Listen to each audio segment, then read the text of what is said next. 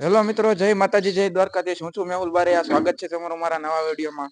આજે હું લઈને આવ્યો છું કલમી આંબો, જે આપણે રોપવાના છીએ અહીં। તો એની માટે હવે આપણે પહેલા ખાડો કરવો પડશે। ખાડો કરવા માટે આપણે કોસ લઈ આવ્યો છું હું। ખાડો કરવાનું ચાલુ કરું ત્યારે તો મિત્રો, આંબો વાવવા માટે પહેલા આપણે 1.5 ફૂટ જેવો ખાડો કરવો પડશે। 1 થી 1.5 ફૂટ જેવો કરીએ ત્યારે ખાડો ખોદવાની શરૂઆત।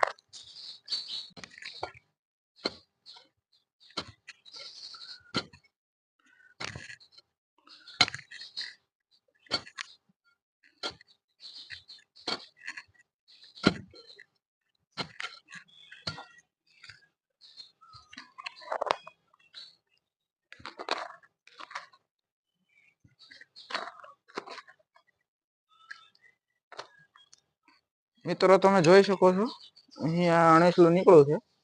એના ખોટું કઈ વાગે નહીં, એ માટે આપણે એકર મૂકી દઈએ એના સાઈડમાં।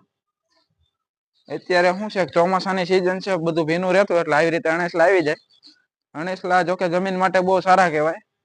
ખાતર આપણે નાખીએ યુરિયા તો એના લીધે અણેસલા મરી જાય, જેના લીધે આપણે જમીનમાં ફળદ્રુપતા ઘટે। અણેસલા છે કુદરતી રીતે જમીન ખેડવાનું કાર્ય કરે છે। નીચેની જમીન ઉપર, ઉપરની જમીન નીચે, એવી રીતે।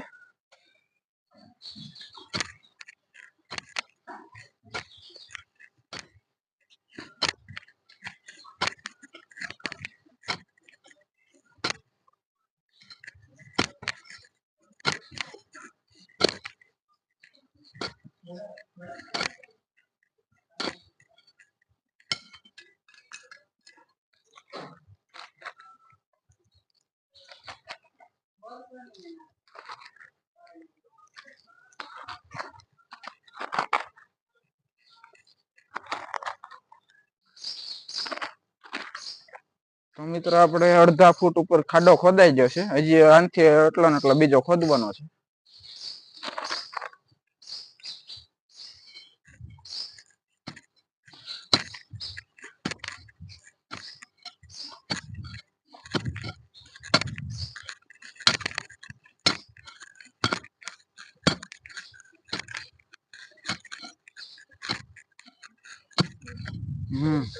હા,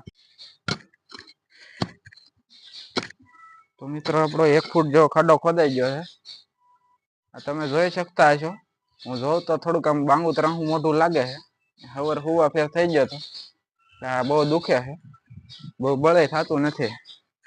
આંબો લાવ્યા ને 2-3 દી થઈ જાય એટલે વાવો તો પડે એમ જ હતો। એટલે દુખે તો એ કામ તો કરવું જ પડશે, એમાં તો હાલ છે નહીં કાંઈ।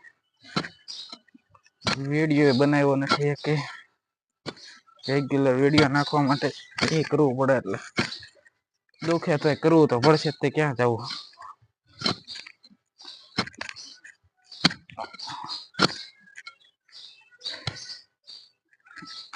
આમ બળ કરવામાં બહુ દુખે છે।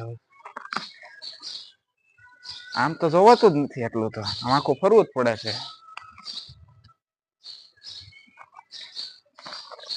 બહુ દુખે છે।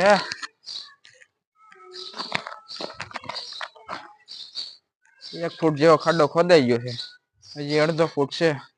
દુખે છે એવું એમ થાય મૂકી દઈએ, પણ મૂક્યા ભેગું થાય નહીં। પાછા મંડીએ ખોદવા જ્યારે, બીજું હું।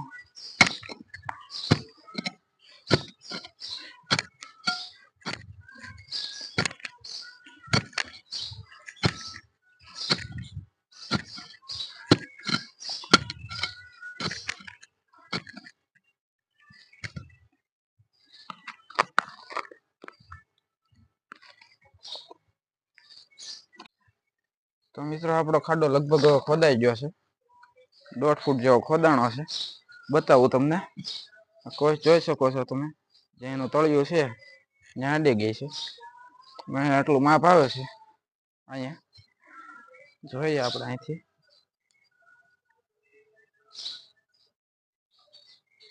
1.5 ફૂટમાં સિયાદમ તો ઓછો રહેશે, પણ એટલો ખાડો હાલે.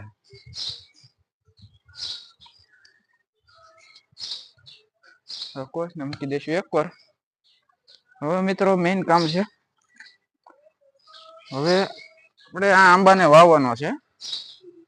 તો આ આંબાને ઘણા છે ને કોથળી સહિત અંદર નાખી દે છે. કોથળી સાથે ક્યારેય ન નાખો. આ કોથળીને કાપી નાખવી આવી રીતે કટરની મદદથી, અથવા બ્લેડ હોય આવી રીતે કાપી નાખવી. કાપતી વખતે ધ્યાન રાખવાનું, આપણે જે આવડું જે આનું જે હોય છે માટી વિખાવી ન જોઈએ, જે છે એમનેમ જ નાખવાની. એકાદ બે કાપા વધારે મૂકવા પડે કોથળીમાં તો મૂકી દેવા, પણ એ માટી ન વિખાવી જોઈએ.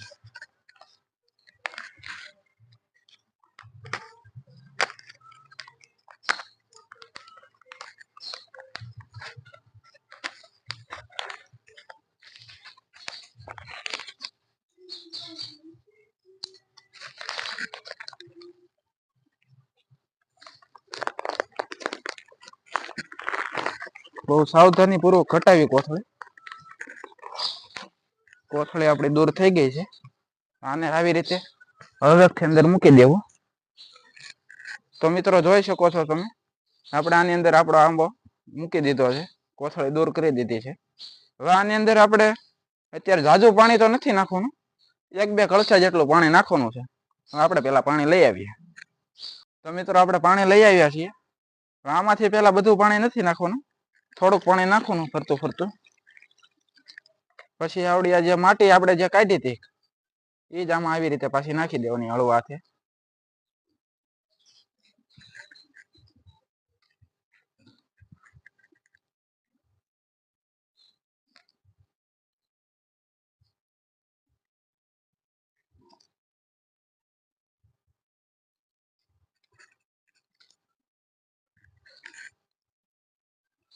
ફરતી ફરતી બધી બાજુ થોડીક નાખી દે.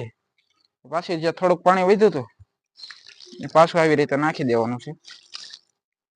આ બધું પાણી નાખીને એ પાછું આ બધું જે માટી છે આખો ખાડો પૂરી દેવાનો છે. આ પાંદડા અમુક પૂરાઈ જાય તો એનો કઈ વાંધો આવે નહીં, તો આપણે આ બધો ખાડો પૂરી દઈએ. તો મિત્રો આપણો આંબાનું ખામું જે કર્યું હતું આપણે ખાડો પૂરાઈ ગયો છે. હવે મિત્રો આમાં જો તમને કોરું લાગે, અત્યારે તો વરસાદની સિઝન છે એટલે પાણીની જરૂર પડશે નહીં એટલી બધી. કોરું લાગે તો આવી રીતે આમ પાણી નાખી દેવું થોડુંક અમથું. વરસાદની સિઝન હોય અત્યારે ચાલુ છે, જો અને અઠવાડિયા સુધી જ કઈ પાણી પાવાનું છે નહીં. બાકી વરસાદની સિઝન ન હોય, જોકે આવા આંબા ઘણી વરસાદમાં જ નાખે છે. તોય તે પછી વરસાદ ન પડે તો 3 દી થોડુંક અમથું પાણી નાખવું. ખાતર આને અઠવાડિયા સુધી કઈ દેવાનું છે ને, બને ત્યાં સુધી છે ને દેશી ખાતર આપણે છાણિયું ખાતર વાપરવું. યુરિયા ન નાખવું. યુરિયા એ ફાલ હારો આવે પણ એ આમ ગણો તો જમીનનો દુશ્મન કહેવાય. એનાથી અમુકને આપણે જે અણેસલા ને એવું હોય એ બધું મરી જાય. અને અણેસલા છે એ તો ખેડૂતનો મિત્ર છે, આપણે નાનપણથી ભણતા આવ્યા છીએ. એટલે બને ત્યાં સુધી છે ને છાણિયું ખાતર વાપરવું. તો મિત્રો આપણો આંબો રોપાઈ ગયો છે. તમારે આવી રીતે ઘરે સોંપવું હોય આવી રીતે 1 થી 1.5 ફૂટનો ખાડો કરવો. નીચેના પાંદડા અમુક દટાઈ જાય તો એનો કઈ વાંધો નહીં. ખાતર અત્યારે કઈ નાખવાનું છે નહીં. પાણી બહુ જાજુ નાખવું નહીં, 1 થી 1.5 કળશો નાખવું. બહુ કોરી જમીન હોય તો વધારે થોડુંક નાખવું, પણ બહુ વધારે પડતું ન નાખવું.